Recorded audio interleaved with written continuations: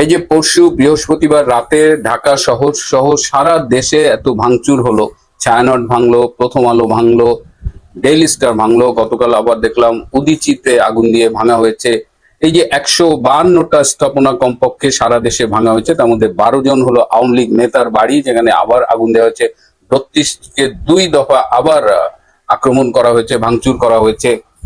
এই এত কিছু ঘটনা ঘটলো এবং ঢাকার একদম প্রাণ কেন্দ্রে, ক্যান্টনমেন্টের একদম কাছে, অথচ আমরা সেখানে পুলিশি তেমন কোনো তৎপরতা কেন দেখলাম না? কেন সেনাবাহিনী সময় মতো সেখানে এলো না? যদিও দেরি করে এসেছে, সেখানে আবার উপস্থিত জঙ্গিদের কাছে সময় চাচ্ছে যে আমাদের 20 মিনিট সময় দেন, আমরা একটু ভেতরে গিয়ে চলে আসবো।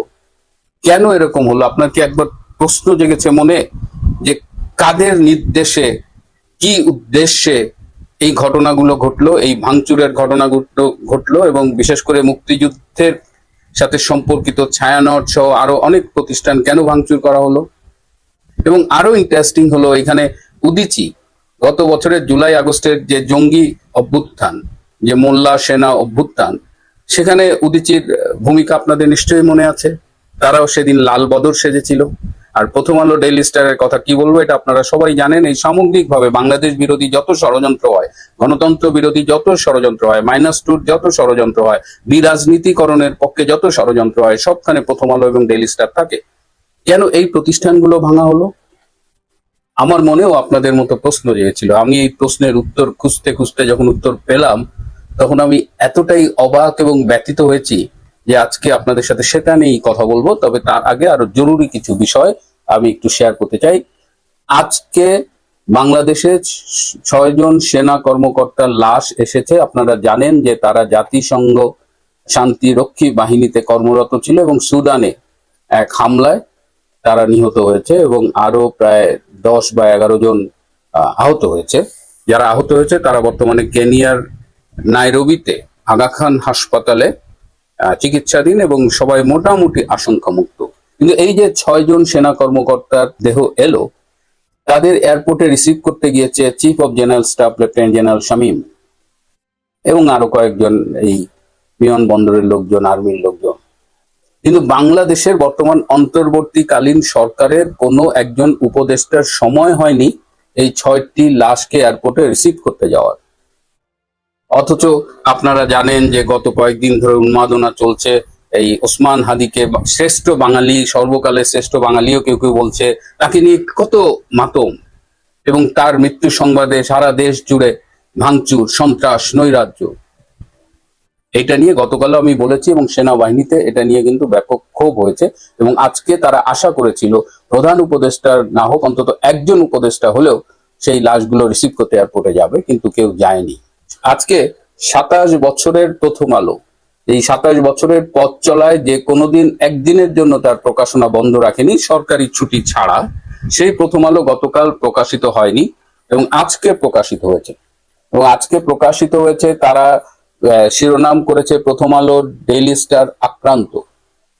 কিন্তু 32 ভাঙলে তারা লেখে যে 32 ভেঙেছে ছাত্র জনতা। ডেইলি স্টার প্রথম আলো কারা ভেঙেছে? এই প্রশ্নের উত্তর কিন্তু পুরো রিপোর্টটা পড়ে আমি কোথাও পেলাম না যে কারা ভেঙেছে। এটা পুড়িয়েছে, আগুন দিয়েছে, ভেঙেছে, সব লেখা আছে, কিন্তু কারা ভেঙেছে, এটা কি ছাত্র জনতা না কারা, সেটা কিন্তু নেই। আমি আরো অবাক হলাম যে প্রফেসর ইউনূসের সাথে ফোনে কথা বলেছে 2 সম্পাদক, মতিউর রহমান এবং মাহফুজ ভাই, এবং একটা সরকারের প্রধান তিনি ব্যথিত হয়েছেন এই ঘটনায়। শুধু আমাদের মতো আমজনতার মতো তিনিও ব্যথিত হয়েছেন, আর কিছুই তার করণীয় ছিল না। এই যে প্রকাশ্যে একেবারে ভাঙা হলো, তার কি এটা ঠেকানোর কথা ছিল না? এটা কি সরকারের দায়িত্ব না? এবং আরো অবাক করা ব্যাপার কি জানেন, এই মতি ভাই এবং মাহফুজ ভাইকে দেখলাম যে একেবারে গদ হয়ে গেছে এবং তাদের কথাবার্তা, আচরণে মনে হয় এটা বোধহয় আওয়ামী লীগ এসে পুড়িয়ে দিয়েছে, ফ্যাসিস্ট এসে ভেঙে দিয়েছে। মূল ঘটনা হলো, এইটা বিশ্বাস করতে আপনাদের অনেকের কষ্ট হবে, কিন্তু আমার সূত্র আমাকে নিশ্চিত করেছে যে অন্তর্বর্তীকালীন সরকারের প্রধান উপদেষ্টা ডক্টর মোহাম্মদ ইউনূসের নির্দেশে সারা দেশব্যাপী এই ভাঙচুর হয়েছে। এবং এই যে স্পেসিফিক ইনস্টিটিউশন, ছায়ানট, প্রথম আলো, ডেইলি স্টার, এই সব ভাঙচুরের নির্দেশ দিয়েছিলেন স্বয়ং প্রধান উপদেষ্টা। তার এই নির্দেশ বাস্তবায়নে সমন্বয়কের ভূমিকা পালন করেছে তারই এক বিশেষ সহকারী, যিনি একটি ভিনদেশী নাগরিক।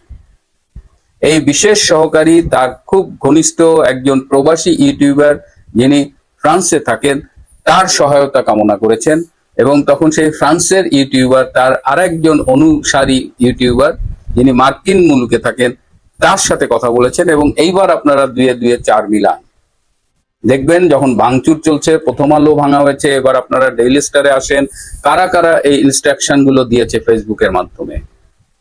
এবং এটার জন্য বৃহস্পতিবার বেছে নেওয়া হয়েছিল, যে বৃহস্পতিবার রাতের পরে শুক্রবার দিন ছুটি, সুতরাং এই ঘটনাগুলো ঘটানো খুব ইজি হবে। এবং এই ব্যক্তিগত সহকারীর পক্ষ থেকে স্বরাষ্ট্র উপদেষ্টাকে বলা হয়েছিল যে যেহেতু ওসমান হাদি মারা গেছে, ছাত্র জনতা শোকাহত, তারা স্বতঃস্ফূর্তভাবে শোক জানাতে রাস্তায় নামতে পারে, তাদের যেন কোনোভাবে বাধা না দেওয়া হয়। স্বরাষ্ট্র উপদেষ্টা যখন বুঝতে পারেন যে এরকম ভাঙচুর হবে এবং সেই ভাঙচুরে তার আইন শৃঙ্খলা রক্ষাকারী বাহিনী বাধা দেবে না, তখন তিনি মোবাইলটি অফ করে রাখেন। কারণ তিনি জানেন যে ঢাকা শহরে বা সারা দেশে যখন এই সন্ত্রাসী ঘটনাগুলো ঘটবে, ভাঙচুর হবে, তখন স্বভাবতই মানুষজন স্বরাষ্ট্র উপদেষ্টাকে খুঁজবে। বৃহস্পতিবার রাতে যারা স্বরাষ্ট্র উপদেষ্টার সাথে যোগাযোগের চেষ্টা করেছেন, অনেকেই খেয়াল করেছেন তার মোবাইল বন্ধ ছিল। এবং যখন এই সন্ত্রাসী ঘটনাগুলো ঘটে, তখন পুলিশের আইজিপি ডাক্তার বাহার তিনি স্বরাষ্ট্র উপদেষ্টার পরামর্শ পাওয়ার জন্য তাকে ফোন করে দেখেন তিনি মোবাইল বন্ধ। এবং এক পর্যায়ে আইজিপি নিজেও তার মোবাইলটি বন্ধ করে রাখেন। পরে ঘনিষ্ঠ একজনের কাছে স্বরাষ্ট্র উপদেষ্টা খুব দুঃখ করে বলেছেন যে ভালা মানুষের ভাত নাই। তো এই যে মানে টেকনিকটা দেখেন, ডক্টর ইউনূস এটা তার সুন্দর মেটিকুলাসলি ডিজাইনের মাধ্যমে এই কাজটা করেছে। এই ঘটনাগুলো ঘটার পরে এই যে এতগুলো কমপক্ষে 10 জন মারা গেছে সারা দেশে, কোনো ঘটনায় কোনো মামলা হয়নি। আন্তর্জাতিক মিডিয়ায় যখন ময়মনসিংহের ভালুকার ঘটনাটি এলো, যেমন এই যে দীপুকে পুলিশ অ্যারেস্ট করেছিল, তাকে থানা থেকে বের করে নিয়ে পিটিয়ে হত্যা করে তারপরে তাকে ঝুলিয়ে পুড়িয়ে দেওয়া হয়েছে। এই ঘটনায় আন্তর্জাতিক মিডিয়া যখন সোচ্চার হয়েছে, তখন 7 জনকে একটা আই ওয়াশের জন্য গ্রেপ্তার করা হয়েছে।